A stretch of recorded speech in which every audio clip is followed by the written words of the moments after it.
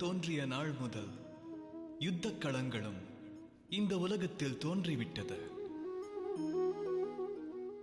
யுத்தம் சில சமயங்களில் பொன்னாசை கொண்டு நிகழ்வதுண்டு, சில சமயம் பாதுகாப்பிற்காகவும் நிகழ்வதுண்டு, வெற்றியை ஈட்டவும் நிகழ்வதுண்டு, தோல்வியினை தவிர்க்கவும் நிகழ்வதுண்டு.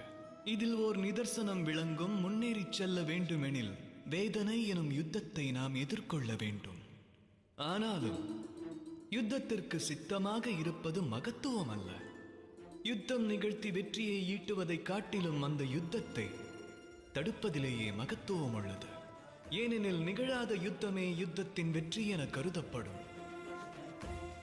ஒரு யுத்தத்தில் வெற்றியை ஈட்டி ஒருவர் வாகை சூடலாம், ஆனால் அவர் தன் பலத்தை இழக்கிறார்.